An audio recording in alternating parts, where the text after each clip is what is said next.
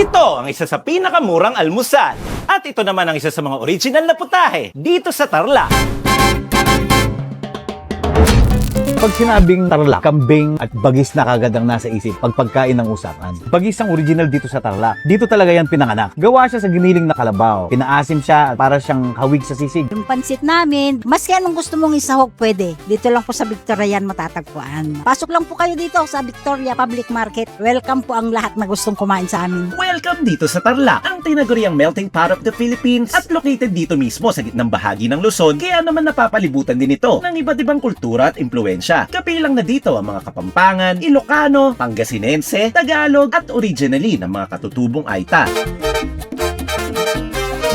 Sa ilagang bahagi, mas dominante ang impluensyang Pangasinense at Ilocano, habang sa tibok naman ay Kapampangan ang mas nararamdaman. Kaya hindi na rin nakakapagtaka kung bakit napakayaman ng food culture sa probinsyang ito. Pag natikman mo na yung luto ng tapon, siguradong hindi mo na makakalimutan. At siguradong babalik-balikan mo. At ngayong araw ay titikman natin ang ilan sa mga pinakaabot kayang almusal sa palengke. Katulad na lang nitong murang pansit sa Victoria na sa halagang 30 pesos lang. May kasama na tong libreng toppings ng kahit anong putahing trip mong matikman. Kilala kami dito sa Victoria sa pagtitinda namin ng ambula, ganyan, pansit kanin. Titikim din tayo ng isang original recipe ng mga Tarlakenyo na kung tawagin ay bagis. At sa katunayan, isa to sa mga kinilala noong 2022 bilang opisyal na putahe ng Tarlac. Pero bago yan, dito muna tayo sa ating first stop. Nakarating na nga tayo dito sa palengke ng Victoria Tarlac dahil balita ko ay merong murang mga pagkain dito, especially sa almusal. Isa sa mga paboritong puntahan ng mga taga dito ay yung mga food court dito sa palengke. Tara, pasok tayo sa loob. Alamin natin kung ano ang kakainin natin for today.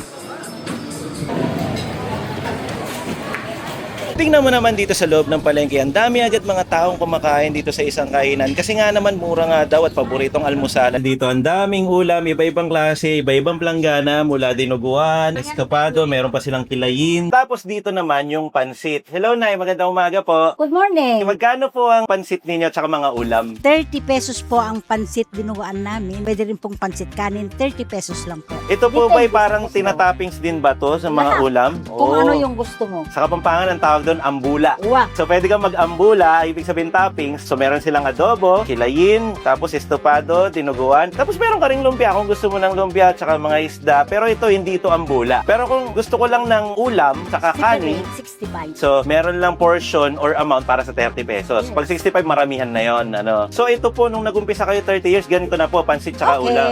Magkano po siya noon? Sa pansit, 5 pesos lang. Sa pansit kanin, 7 pesos. Ganun kamura po talaga. Kaya lang po, medyo mahal na pulat ang bibilin. Kaya tumaas din po kami ng konti. Gano'n na ba katagal to na ginagawa mo sa palengke? 30 years na po talaga akong nagtitinda dito sa Victoria, Tarlac. Kasi residente ko dito lang sa San Gavino. So ito pong pansit ninyo, Nay, ano pong tawag sa pansit na to? Yung pansit na niluluto namin is Super Q with Canton. Sige po, Nay, pa-order nga po ng isang gulay na may toppings ng dinuguan. Tapos, Nay, isa pa po, estopado naman yung isa. Mausok-usok ang pansit, mainit-init. Isa pa po, Nay, sisig naman. Tikman na po namin ang special na luto ninyo na 30 years pansit. Maraming salamat, Nay. Bayad na po kami. Okay. So ito ay kilayin na pinatong sa kanin, kaya nga daw siya tinawag na ambula kasi Kapampangan word ang ambula. Tapos nakikita nyo, meron siyang atay, meron ding mga taba, tapos meron ding mga karne. Pagsamahin na natin yan, isang kutsara tapos kanin. Ganito siya, oh. Isang subo para sa almusal. Yung asim nung kilayin, para siyang adobo talaga. Isa sa mga paborito kong pagkain na Kapampangan tong kilayin. Dito naman, Capsias, ang napili kong kanin na may ambula sisig. Yung sisig niya, meron siyang sibuyas na puti at saka sibuyas na pula. Tsaka parang mukha siyang inihaw. Totoo nga, nalasahan ko yung lasa ng pagiging smoky niya. Pero wala doon yung hinahanap ko na citrus na lasa ba? Walang asim. Wala siyang asim. Subukan na natin. Pero okay siya ha, kasi yung sibuyas niya, combination, white at saka red. Tapos ganyan siya. At inihaw siya. Oo ha. Smoky. Kulang lang sa kick ng kalamansi. Sa huli, meron naman. Ito yung sisig naman talaga. Kumbaga, wala siyang mayonnaise, wala siyang itlog. Tsaka, sa Tarlac kasi, maraming Kapampangan. So, kaya nilang gawin to. Anyway, meron pa tayong pansit bukod sa kanin. Hindi lang naman rice toppings. Kasi ang talagang pumukaw sa attention namin dito ay yung pansit. Meron akong pansit na may toppings ng estofado. So makikita mo yung mga bits ng estofado, tsaka yung medyo may konting sauce niya. Manamis-namis. Nandun yung lasa ng pagiging estofado niya, yung brown sugar ba? Bagay siya sa pansit kasi yung pansit ni nanay, parang wala siyang masyadong seasoning. Ang magdadala ng lasa niya ay yung toppings na nilagay. Agree ako dun sa pansit na hindi masyadong tinapangan o nilagyan ng matatapang na lasa. Tama lang yun kasi iaambula mo siya eh. So yung lasa na magdadala dapat dyan ay yung itatoppings mo sa kanya. Kung anong ulam ang gusto mo. Kagaya nitong sa akin, dinuguan naman yung version na nilagay ko sa pansit ko. Ayan, nakahalo talaga yung parang chocolate blood sauce. So itong niluto nila ay hindi actually yung alam kong tidtad o Kapampangan version. Hindi siya yung ganong masabaw. Medyo marami siyang chocolate blood. Oh. Yung texture ng dugo, talagang nangunguya mo. Yung asim, kulang siguro. Baka ganun sila magtimpla dito. Baka. Kasi baka. kagaya nung sa sisig, hindi rin masyadong maasim. Pero gusto ko yung type ng pansit na meron sila. So combination siya nung makapal, tsaka manipis. At hindi tinapangan sa pagiging savory o alat. Parang sakto lang siya. Kaya nga siya bagay sa kahit anong ulam. Kahit saan mo siya ilagay, kahit prito lang yung ulam, pwede to. May lumpia pa nga sila eh, hindi lang kami umorder. Palit tayo para matikman ko naman yung dinuguan. Kaya. So ito nga yung sinasabi mo na parang buo-buo yung dugo na nag-bits-bits na siya. Ramdam mo siya. Hindi siya soupy type ng dinuguan. Para siyang may pagka-dry. Bagay naman kahit papano. Pero hinahanap ko talaga yung tangy flavor ng dinuguan. Anyway, napakarami pa nating kakainin. So siguro ito ay saktong kain lang para sa breakfast natin. Mabigat-bigat na almusal dito sa Victoria Tarlac po ito. Ito po ang public market nila. Nandito tayo sa loob. At ang mga binili namin ay 30 pesos lang. So yung may toppings na pansit at may toppings na kanin, 30 pesos lang. Tapos meron ka pang libreng sabaw. At pag sinuwerte-swerte ka nga naman, minsan, meron pa yung karne. Ito yung sabaw na hindi lasang MSG. Oo nga, no? Lasang pure meat. Alam mo talaga na pinakuluan siya ng napakatagal kasi makikita mo yung mga bits ng baboy. Natikman na natin lahat. Ubusin lang namin to dahil hindi lang naman dito ang ating pupuntahan sa Tarlac. Mamaya-maya, meron tayong susubukan. Isa sa mga paboritong kainin sa Tarlac kapag sinabing Tarlac. So mula Victoria, Tarlac, tumawid naman tayo dito sa kabisera ng Tarlac. Ito mismo ang Tarlac City at nandito tayo ngayon sa Taton's Kambingan. Pero bukod sa kambing dishes na meron sila dito, titikim din tayo ng specialty ng Tarlac. Ito naman ang bagis o gawa sa karne ng kalabaw. Pasok tayo dun sa loob, alamin natin kung ano pa nga ba ang pwede natin tikman bukod sa kambing. So pagpasok nyo dito, isa siyang bahay. Ito ang pinakagarahe. Dito sa right side ay mga lamesa at ito nga ang Taton's Kambingan. Dito kayo order at nandun sa likod nila yung kusina. Bahay namin to na kinonvert namin ng kainan. Natutuwa kami tuwing parang pinagluluto lang namin yung mga bisita namin. Kaya nga sinasabi ng mga customer namin, pag kumakain sila dito, para daw sila nakikikain lang sa mga bahay. Para sila nakikipesta o nakikibirthday. Katulad nyo, bisito ko kayo ngayon, tara pasok tayo sa kusina para makita nyo paano ang pagluto namin.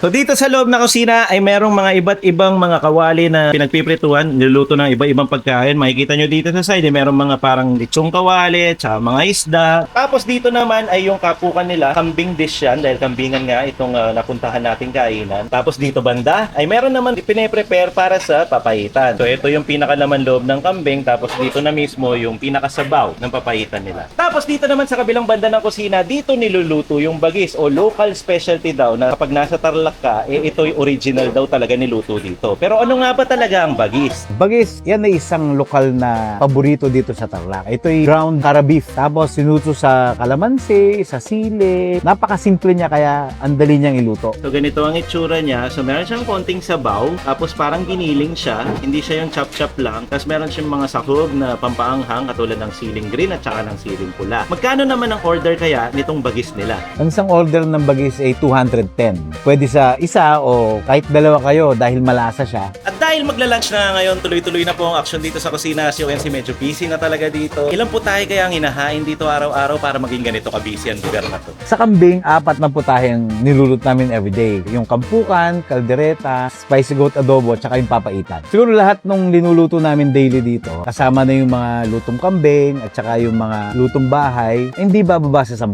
putahe.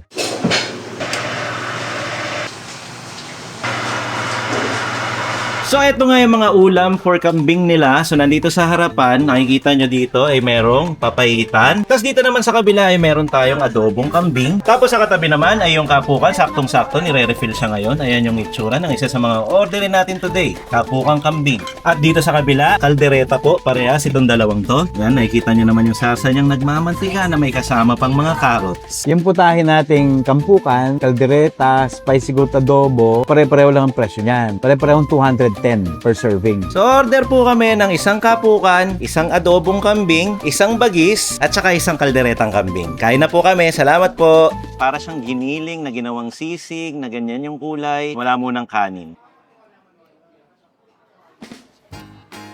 Yung asim ng kalamansi talaga, no? Parang sisig nga, masabaw pa na version, no? Hindi mo mahahalatang kalabaw yung karne niya. Totoo yan. Sobrang savory, sobrang asim. Hindi naman siya maasim na mapapangiwi ka. Pero siya yung asim na babagay dun sa laman ng kalabaw. Ang sarap lang ng asim na kalamansi ang pinaka-souring agent niya, no? Alam mo yung kilig, pero ngiti. Tsaka alam mo talaga na natanggal niya lahat ng anggo. Ang galing ng Kaya putahe hindi mo. mo mahahalatang kalabaw yung karne na ginamit nila. Ito yung original talaga na putahe na masasabi mong pinanganak dito sa lugar na to, sa Tarlac specifically, bagis. At alam mo ba, Cabs Chess, naging official Tarlac dish siya noong 2022. So Oo. talagang kilalang kilala na siya na kapag sinabing bagis, dito sa Tarlac yan. Dito naman, Cabs Chess, yung tinatawag nilang sweet style adobong kambing. Pero kung makikita mo, para siyang rib part ng kambing. So ito yung masarap na ngasabin. Uy, kinamay! So instead na kutsara tinidor ang gagamitin ko, kamayin na natin.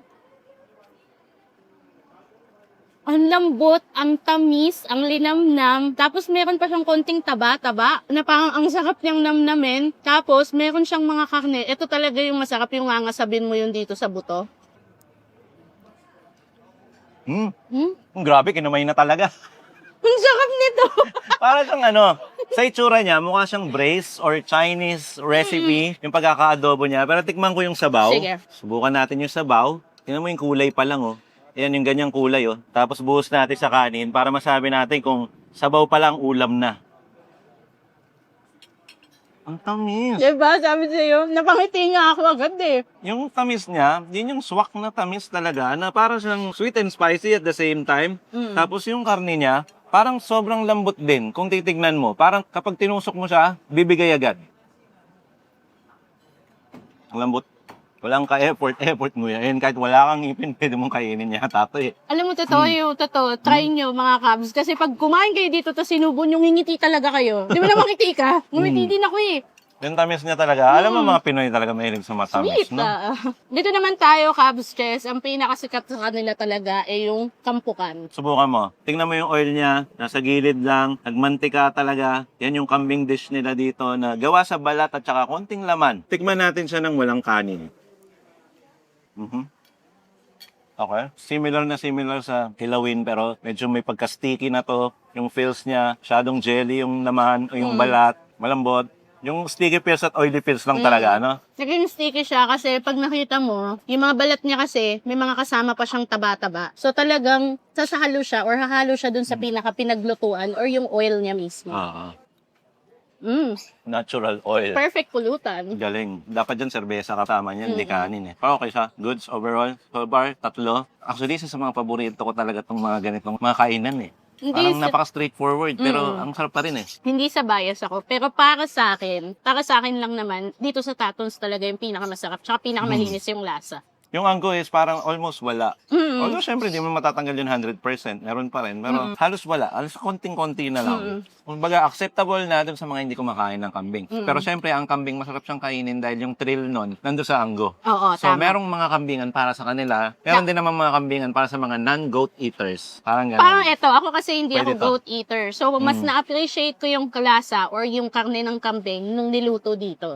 Kasi nahalin tulad na siya sa mga normal na karne, katulad ng pork. Pagkakamalan mo lang siyang pork, katulad nitong bagis, kalabaw to, pero Tama. para lang siyang pork.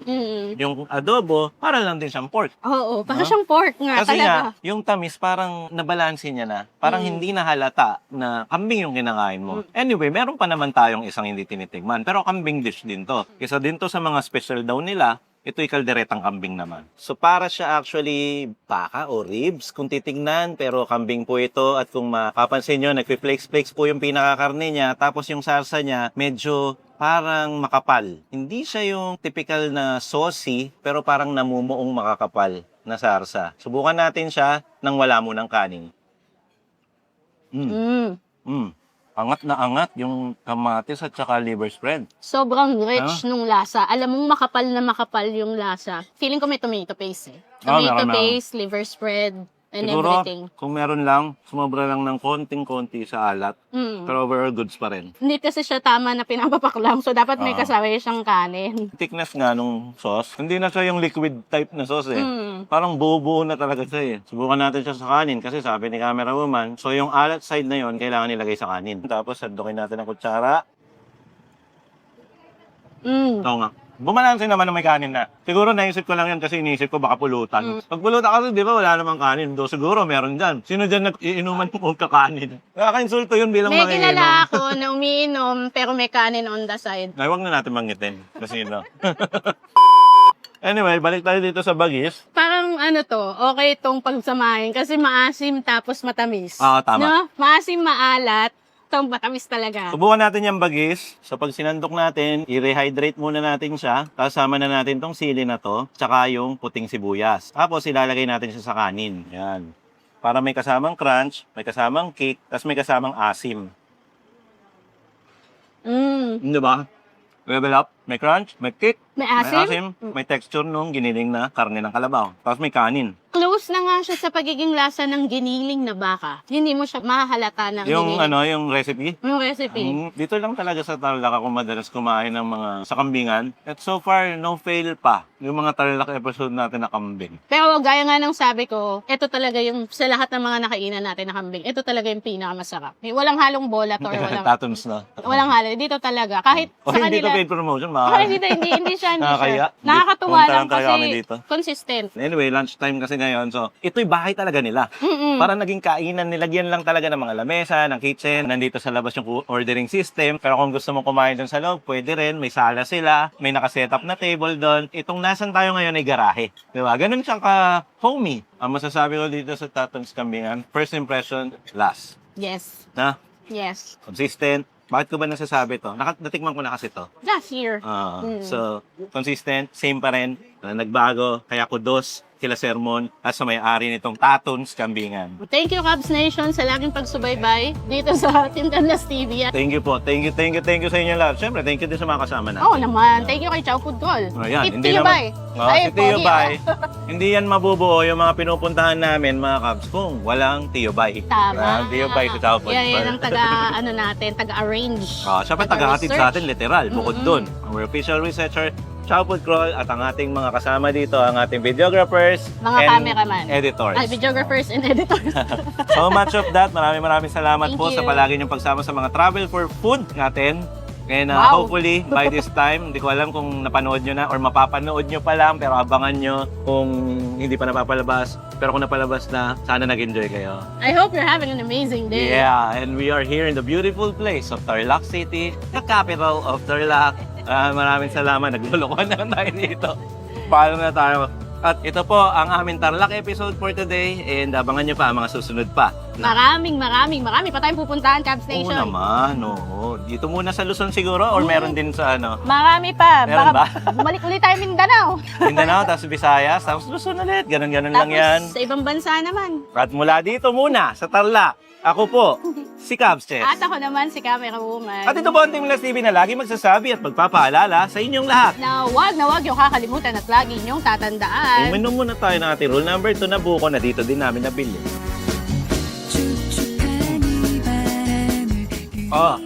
Fresh buko. Nice. Perfect para sa kambing, kalabaw. At may outro nga pala. Talaga naman. Manyaman. Kenny! Bye and peace out sa inyo mga Cubs. Bye! Iniisay ko nga lumag-out ko. Thank Hindi you, natatapos. Cubs Nation. Thank you. Bahala Subukan niyo na dito. si Tio Bay tumapos ng video na to. Alright, Tio Tio Bay. Aba. Huwag masisira yun. Bonus clip mga kaps. Tatrabaho lang po kami ng mga maayos. Ayan ha, sinasabi ko nagtatrabaho kayo ha. Pero ang totoong pinaka nagtatrabaho dito mga kaps, ako lang naman ang may hawak ng ilaw. Ayan, ito ang ilaw na gamit namin. Ayan, dahil ito ay galing sa idol ko. Yay! Pamana. Ni Mark. Ni Mark. Tahimik lang. Tahimik lang. Mark Kagiwa. Alright. Kasama pala natin si Sermon. Ayan. Siya po yung naririnig yung boses kanina. Ayan na. Boses lang kasi naririnig yung kanina. Pero nandito tayo sa Tatung's Campingan. Medyo malapit lang to sa likod ng SM. Uy! Tiyo Bay! Tiyo Bay! Ang ganda ng shades mo, Tiyo Bay! Oh! May nagregalo sa akin. Ay talaga, wow! Congrats! Congrats sa'yo, Bay! Thank you sa Talagang nagregalo. naging Tiyo. Welcome. Oh! Thank you. Ay, Okay yun ah! Ba't parang magkamukha? Ay, huwag mong pagtatabi! Hindi. Mamamalito tayo! Yeah. Ang dami mong mata. Nasaan pala si Jumbo? Tol, mamaya pa tayo kakain, okay lang ba? Okay lang, mag-shoot ako. Uy, parang hindi totoo. Pag wala yung camera, galit na galit yan mga kabs. Galit na galit yan. Nagharap na ng kare-kare kanina eh. Kare-kare? Meron ba dito kare-kare? Hindi ko nga alam kung meron kare-kare dito. Humili ka pa ng ulam ha? Naharap ko sa iyo ang kare-kare lubi. Kare-kare sa Valenzuela. Ayan, naghahanap ka ba ng kare-kare? Kare-kare nung nagtuturo, nagluluto ng bulat. Bulat? Sa Valenzuela yan. Ba't di mo tinuturo sa atin para ma-vlog naman natin yung Ito lang Valenzuela? yan, sir. Ay, ginigatekeep pa mga kas. Pero soon, papakita namin sa inyo kung saan nga ba yung masarap na kare-kare sa Valenzuela. Alam daw niya eh. Okay, so magtatrabaho pa muna tayo kasi kailangan natin mag-camera itong mga pagkain dahil busy po ang mga videographer natin eh. Kaya, ayan o. Ayan nga sila o. Kakain o. May special pa kayong in-order kare-kare. Ito yung kare-kare. Hindi ko yan nakita kanina. Isa lang yung favorite ko yung kare-kare ni Bulat dun sa Valenzuela eh. Pero, Ang gusto ko nang matikman yun. Wala, tikman mo Wala, pa. kanina mo pa binabanggit yan ah. ano, titigman ko na.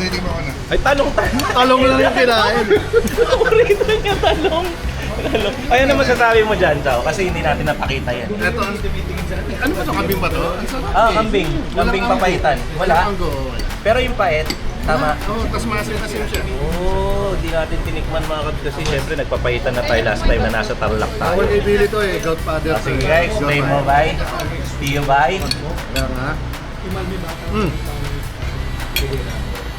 Piling ko, pampapait nila kalamansi. Oy, galing. Oh, tama, sinabi sa akin kanina. Ah, tama ka? Oh. Galing ko Oh, talaga. galing ah. Oh, ito. Ano, nilagyan ng bagong yung lechong kawali na may talong, oh. Tapos yun lang sasabihin niya kung ano yung sinubo niya. Kabs, ginawa. Ah. Sarap. Mas malala pala. Mas malala pa pala. One word lang. Tagal tayo, no? Ayan. Ito si Ze. Ayan. Siya po ang nag-edit pag napapanood ninyo. Yung mga, ay, nanginginig. Ba't nanginginig yan? Ganyan na. Ganito kataas, oh. Ganyan kataas bago sumubo. Sige nga. Ah, ganun pala kumain. Tapos, anong lasa? Panalo. Panalo. Parang tumakausap. Hindi ako susubo. Hindi ka suba. Ito lang. Sige na, tutuloy ko na yung trabaho mga kapatid. Hindi ko na papakita sa inyo. Nakakakilig na makita kung paano mag-shoot ang iniidolo mo, di ba? Bilang food vlogger. Di ba ganun yun, Chow? Disclaimer lang mga kapatid. Sabi niya mag-shoot daw ako na mag-shoot ng video. Kaya ito yung ginagawa ko ngayon. Habang nakikita niyo siya. So ayun, no, tapos na sila kumain, sila Mark Woods. Kami naman.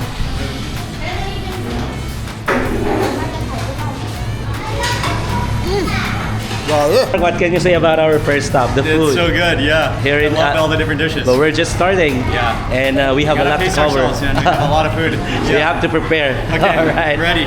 Okay, let's go to the next destination. This is an amazing experience. I will drive 4 more queens. Kailan nangyari to? Thank you for all your help. So our next stop is Kambingan or Kambing Carinderia. Yes. Sotadawa. I think you've tried it before, so That was let's one try of the it again. places I remember from my last trip to Pampanga, which was like 10 years ago. Wow, you remember it exactly because you mentioned to me that it's like a farm or like it's an open area. Yeah, it was like a yard, right? Yeah. Before. Ngayon naman, dahil nasa Pampanga tayo, kailangan nating ipakita sa kanya kung ano nga ba ang sisig dahil dito sa Pampanga pinanganak ang sisig, syempre, no? Hindi muna to yung original, ito ay isang version na classic version pero authentic at paborito naming personal. Kaya tara, dalhin na natin si Mark dun sa susunod nating stop. Yeah, we're doing well. Ready for sisig, Mark? Yes. We're heading to the next. This may not be the original, but they will make it as authentic as original. It's the local taste. Yeah, People but later on, want. Okay. later on we will also cover the original. Yes. The mother of all sisig. Very cool. Okay. Nag-establish lang si Mark Wins dito sa tabi natin. Oh. Diba? Ayan, may caps tayo. Ingat, ingat! Ayan. So, mag-start na kami. Pakain na tayo kasama ang ating team. Yan. Pang-apat na stop pero hindi ko nasasabihin kung nasa kami from now on para hindi masyadong spoiler po ang palabas ni Mark. No? Ayan, kasama pa rin natin si Mark Wins. Ayan, okay. Susunod na food trip, papakita ko pa rin pero hindi ko nasasabihin. Ito naman yung sunod naman namin pinuntahan. Hindi ko na naman sasabihin kung saan to, no? Basta ito, si atin-atin lang. Sikreto lang. Hindi ko talaga sasabihin kung saan to. Nakikita nyo ba kung nasan ako? Hindi nila alam. Hindi nila alam to. Clue daw, clue. Clue. Ano kayang clue? Kalbo. May kalbo sa likod. May kalbo. Ayan. Hindi ko na kasi ini-spoil kung nasan si Mark. So bonus clip lang kasi ito eh. Ayoko maging spoiler eh. Sige naman yung kalbo doon sa kabila. Yung kalbo sa kabila. Tingnan mo naman. Napakayabang sa food crawl. Lightsman lang naman. Hindi ganyan sa bahay. Oo, hindi nga ganyan yan, no? Tanong mo pa dito. Dito lang nagtrabaho yan eh. Tanong mo dito. Parang hindi siya team Canlas eh. Bakit sa atin hindi naman nagtrabaho? Grabe, no? ng plato. Sulit yan. Sa Team Canlas na. Hindi naman nagtatrabaho yan. Namu, nakangiti pa. Oo. Sige na, tahimik na kami. Baka marinig tayo dun sa vlog ni Mark Wins. Alright. Thank you, Mark. It's a pleasure to have you as our, our guest in Pampanga. So good to be here. Thank you very much. Hope we see you soon again. Yeah, see you again soon. And thank you for the tips. As a No problem. YouTuber, it means a lot. No problem. Thank you. And thank you to Aching Lilian. Thank you Yeah. po.